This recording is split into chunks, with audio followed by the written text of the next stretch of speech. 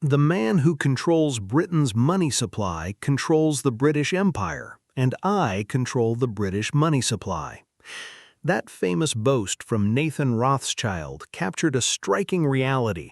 For generations, the Rothschild family didn't just participate in financial markets, they shaped them, influenced international policies, and fundamentally altered how nations operated. At their peak, their power was so absolute that few politicians would dare make a major move without their backing. Nathan famously noted that he cared not what puppet was placed upon the throne of England because he understood a fundamental truth early on. Money makes the world go round, and monarchies often hold far less real leverage than they think. Nathan was just one of 5 brothers who ran distinct branches of a sprawling financial network.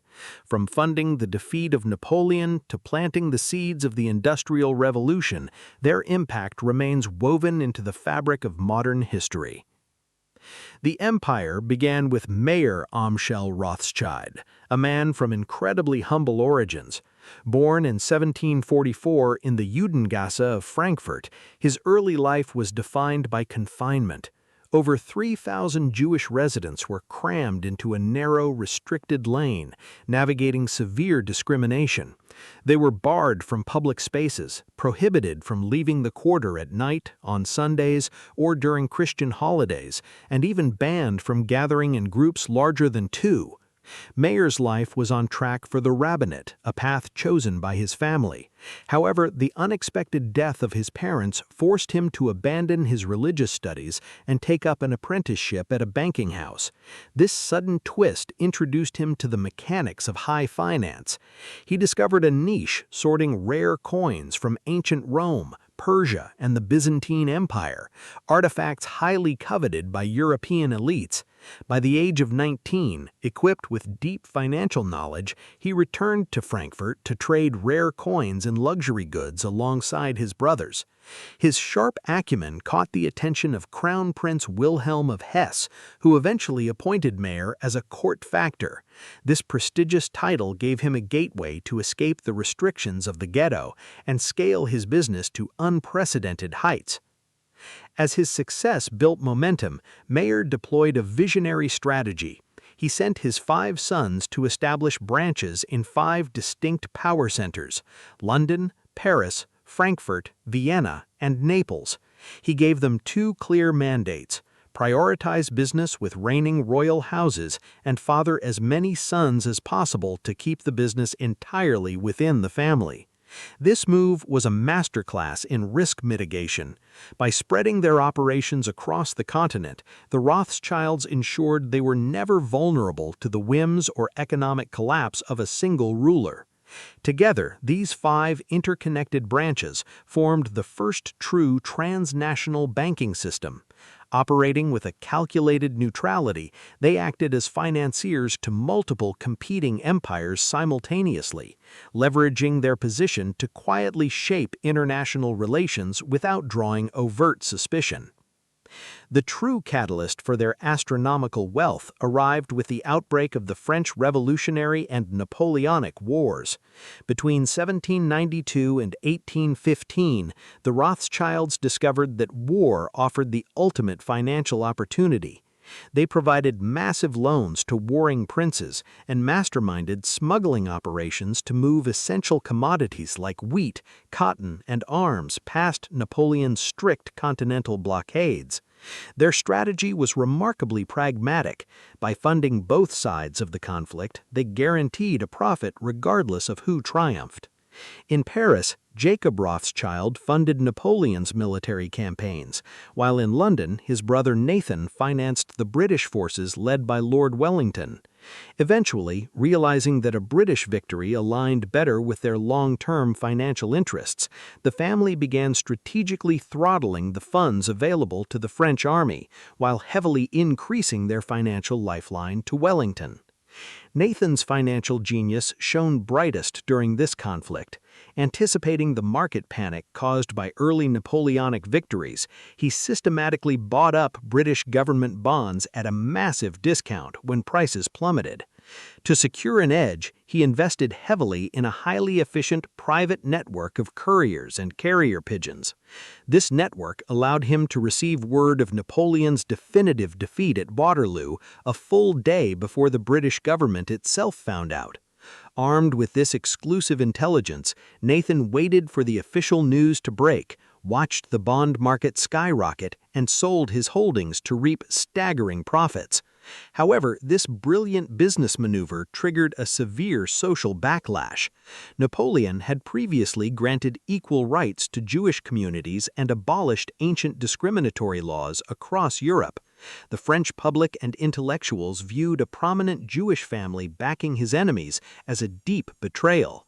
Consequently, the Rothschilds became a symbolic target, scapegoated by critics of early capitalism, transnationalism, and shifting global finance.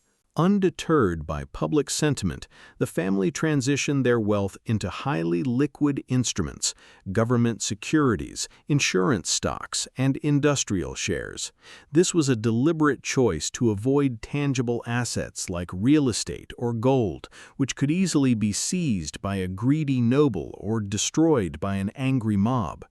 They poured capital into the backbone of the Industrial Revolution, financing railways, coal mines, and metallurgical industries across Europe. To secure this massive fortune, Meyer Amschel left strict instructions in his will. Only male descendants could inherit the family wealth. This mandate triggered an era of intense endogamy. Between 1824 and 1877, out of 36 marriages among Meyer's descendants, 30 occurred within the family, mostly between first and second cousins. While controversial today, this practice successfully consolidated their wealth and power. Nathan continued to dominate the financial landscape from London. In 1835, he secured the rights to Spain's mercury mines, giving the family a virtual global monopoly on a substance critical for refining gold and silver. He cemented relationships with the British elite, securing the exclusive rights to refine bullion for both the Bank of England and the Royal Mint. Instead of squandering these profits on empty luxury, the family continuously reinvested. They expanded into global commodities, becoming dominant shareholders in massive enterprises like Rio Tinto, De Beers, and eventually Royal Dutch Shell. Their influence extended into culture and science. They funded major global expeditions, amassed legendary art collections, and built libraries and museums that still stand today. By the late 19th century, their financial might was heavily intertwined with geopolitics.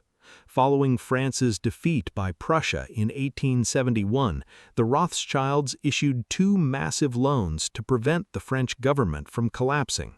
In London, they provided the British government with £4 million on incredibly short notice, enabling Britain to secure a controlling stake in the Suez Canal Company and reshaping global trade routes.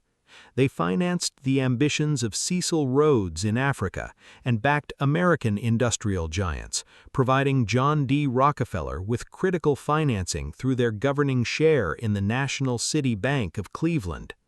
Furthermore, their historical footprint touched the creation of Israel. The Balfour Declaration of 1917, expressing British support for a Jewish homeland, was directly addressed to Lionel Walter Rothschild, reflecting decades of substantial family funding for Jewish settlements. Eventually, the sun began to set on their peerless banking monopoly. The decline was remarkably swift, driven by wars, shifting politics, and a lack of heirs. The Naples branch closed in 1863 after Italian unification forces captured the city. The original Frankfurt branch dissolved in 1901 due to a lack of male heirs. The Vienna branch met a tragic end when the Nazis annexed Austria, forcing the family to flee and seizing their assets. In occupied France, the Vichy government confiscated their properties, and though the business survived the war, it could not survive the political tide of 1982, when the socialist government nationalized the Paris Bank. Today, only the London branch remains from the original 5. In 2008, the family reorganized their holdings under a single unified company for the first time in 2 centuries. With interests spanning financial services, mining, energy, and elite wineries, their combined wealth is estimated at over $1 trillion. The history of the Rothschilds serves as a stark testament to how a single twist of fate can alter the world. Had Meyer Amschel's parents lived, he likely would have become a rabbi. The financial network that altered the Napoleonic Wars would never have existed, and the geopolitical map of modern history would look entirely different.